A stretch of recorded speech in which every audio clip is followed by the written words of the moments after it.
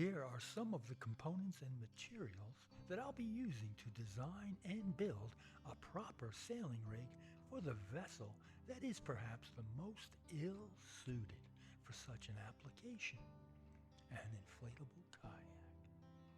This is the Sea Eagle SE-370.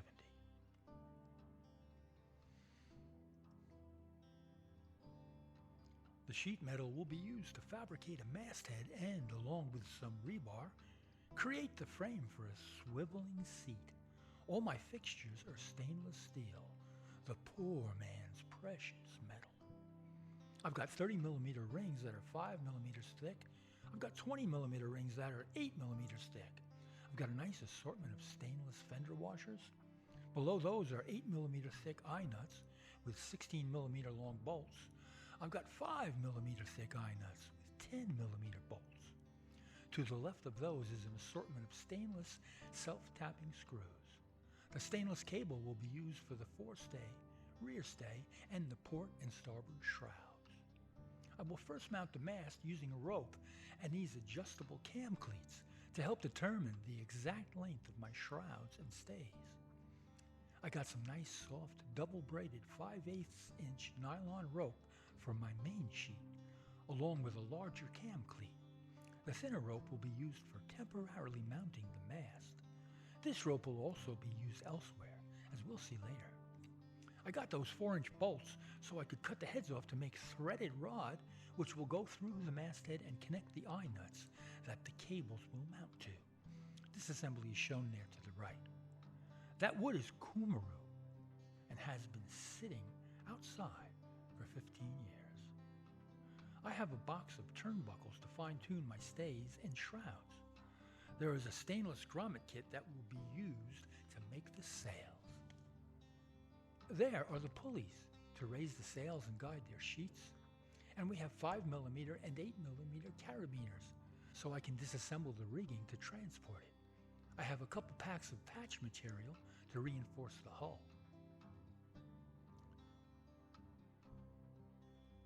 The white stuff is a braided sleeve material to go over the cables and protect the hull. There is vinyl cement, thread lock, crazy glue, and powdered graphite, and various sizes of tape, along with triangular patches to mount D-rings. Now, it's time to make a sailboat.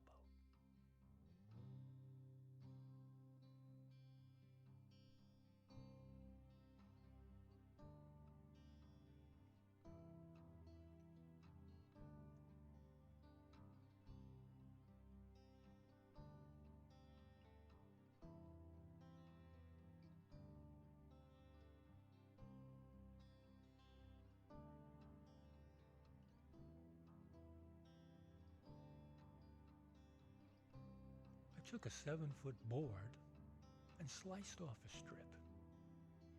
I immediately decided that it was going to be too thick and too short for my boat. Kumaru is 3 times as dense as white oak, so don't worry about it breaking.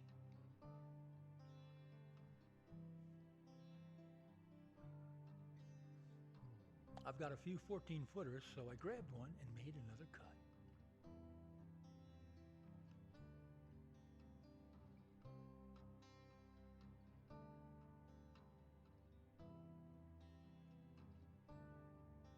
Here is the mast. I filled the weathered cracks with thin crazy glue, chamfered the corners, and coated it with tung oil. I was going to cut it down to 8 feet, but then I decided to try a 9-foot mast.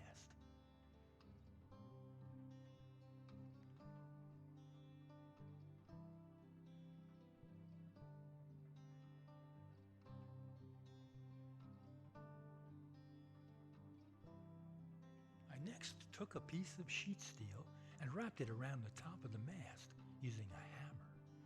I kept wrapping until I made 2 complete wraps and then some. The inspector came over and gave his approval.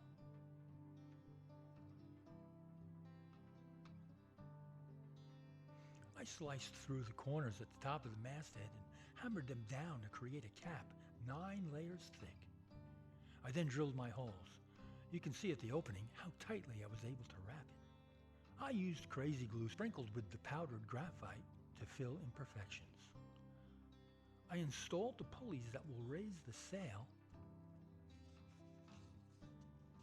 and hammered the masthead onto the mast.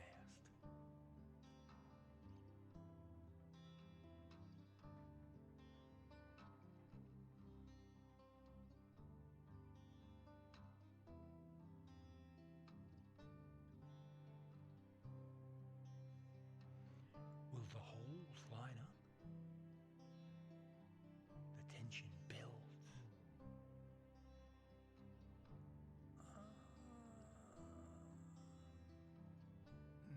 Nope.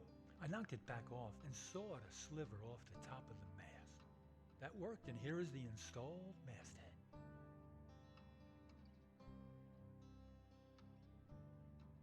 But wait, look at the front view of this boat. Unlike a hardshell kayak, I don't see how this mast can be dry rigged on land. Things are going to line up quite differently when this vessel is afloat. I don't want to drag all of this 9 miles to the nearest lake on my bicycle every time I want to make an adjustment. So I dug this little lap pool. I will finish digging it and line it with a 6mm sheet of plastic that is 10 feet by 25 feet. Come back for part 2, but do not click the bell. You'll find me without the bell. The bell is just the device the feds use to track us. Don't be a snitch. If you're concerned about seeing part 2, just subscribe. If I make it to 1,000 subscribers, maybe I can monetize my channel and stop working at this transcription job. See you tomorrow.